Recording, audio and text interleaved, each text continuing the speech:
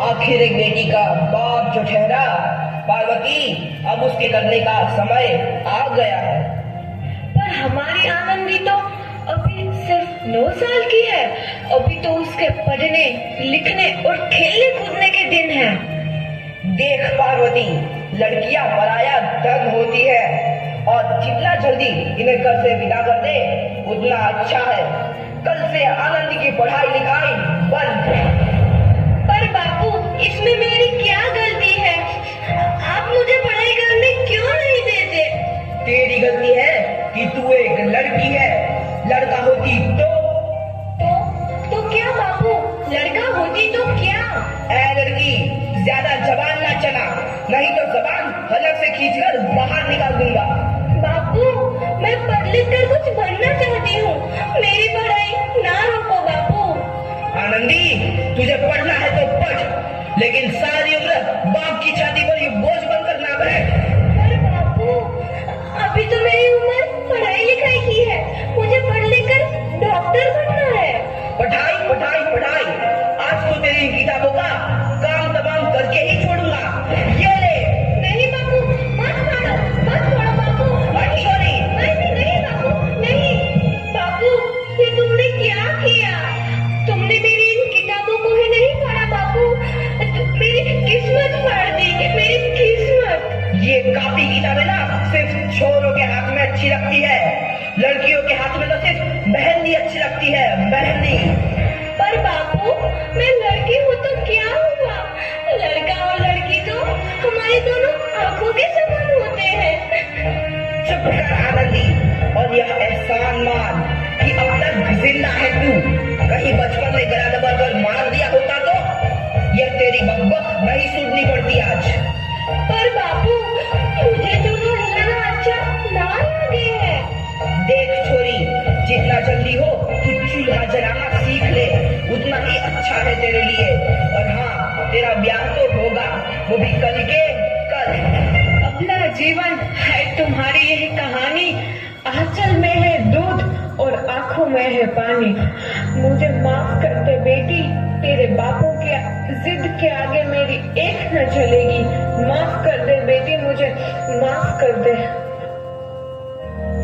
इस प्रकार मात्र 9 वर्ष की छोटी उम्र में आनंदी का विवाह गोपाल राव जोशी से हो गया। बाल विवाह एक सामाजिक कुरीति है और इस कुप्रथा का शिकार होना पड़ा आनंदी। माधव, माधव, जल्दी से वैद्य जी को बुला। ये तुम क्या कर रही हो आनंदी? भगवान की विभूति लगा रही हूँ। बस करो आनंदी, ये सब अंधविश्वास है।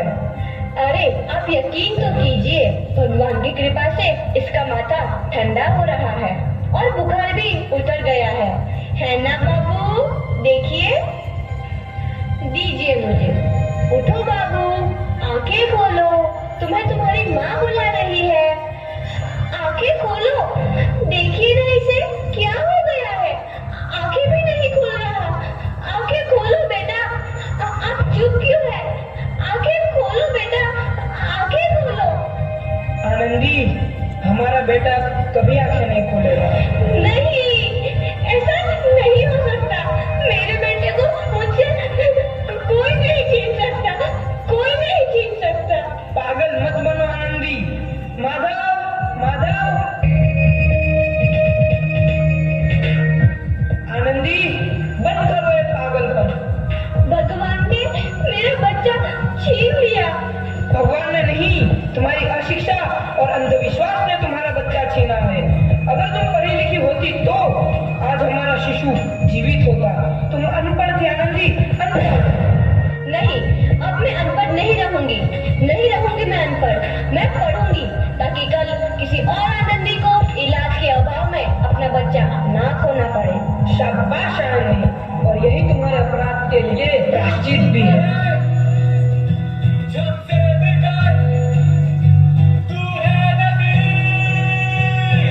आनंदी, तुम्हारी 12वीं का परिणाम आ गया है। तुमने पूरे कॉलेज में प्रथम स्थान अर्जित किया है।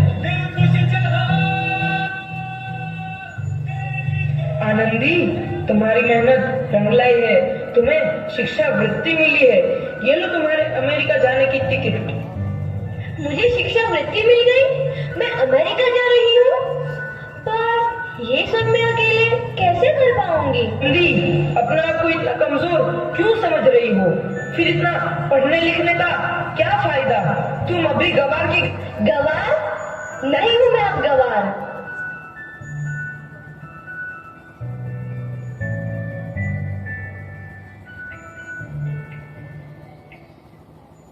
तो इस प्रकार 7 अप्रैल 1883 को आनंदी अमेरिका के पेंसिल्वेनिया के लिए रवाना हुई और 3 साल बाद उन्होंने डॉक्टर ऑफ मेडिसिन की उपाधि प्राप्त कर ली। इधर आनंदी के पिता की तबीयत बहुत खराब है। आगे क्या होता है देखते हैं। लगता है अब मेरे जाने का समय आ चुका है। अब मैं नहीं बचूंगा। ऐसा मत बोलो। शहर के सिटी हॉस्पिटल में अमेरिका से डिग्री लेकर कोई बड़ा डॉक्टर आया है, एक बार वहाँ चलकर दिखा लेते हैं। हाँ सही बोला भैया, कम से कम दिल को तसल्ली तो मिल जाएगी। हाँ हाँ, चलो चलो जल्दी हॉस्पिटल चलते हैं।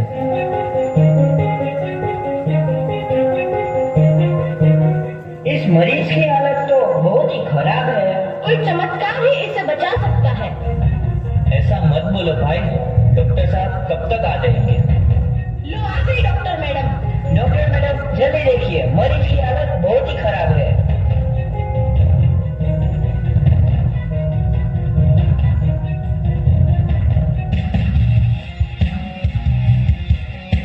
अब आप बिल्कुल ठीक है। मौत के मुंह से आपको बचाया है डॉक्टर मैडम ने। डॉक्टर साहब ने मुझे बचा लिया। मुझे मिलना है डॉक्टर साहब से। डॉक्टर साहब नहीं, डॉक्टर मैडम बोलो। डॉक्टर मैडम, उन्होंने ही तुम्हें जीवन दान दिया है। लो आ गई डॉक्टर मैडम, मिल लो उनसे। डॉक्टर मैडम आपका बहुत बहुत धन्यवाद। आपने मेरी जान बचाई। इसके बदले में मैं गरीब भला आपको क्या दे सकता हूँ? वचन चाहिए मुझे कि कभी ये नहीं कहोगे कि लड़कियां कुछ नहीं कर सकती। वचन? ये कैसा वचन? अरे श्यामलाल, तुमने पहचाना नहीं? तुम्हारी बेटी आनंदी। आनंदी? मेरी बेटी आनंदी डॉक्टर? हाँ बापू, वही आनंदी जिसके लिए बचपन में तूने चूल्हा और दुल्हा के अलावा कुछ नहीं सोचा था। आनंदी, आनंदी मेरी बेटी, मुझे माफ कर दे। मैं तेरा गुनहगार हूँ बेटी। नहीं नहीं बापू, वही आनंदी जिसके हाथ पीले करके तुम उसकी सारी जिंदगी काला कर देना चाहते थे।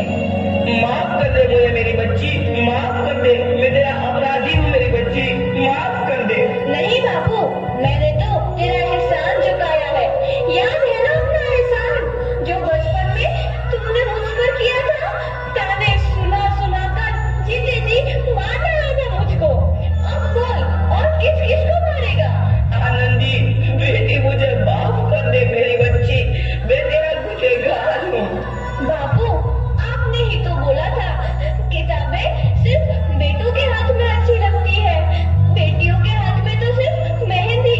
बेटों और बेटियों में फर्क करना तो आंखों में फर्क करने समान है। एक का पढ़ना और दूसरे का ना पढ़ना सामाजिक अंधकार है बापू, सामाजिक अंधकार। उपकार मांगता हूँ मैं तुझ जैसी बेटी का, जिसने सारी उम्र मुझसे कुछ ना मांगा। मांगा तो सिर्फ बराबरी का दर्जा। वरना सच तो यह है कि मैं तेरी माफी के लायक भी ना हूँ।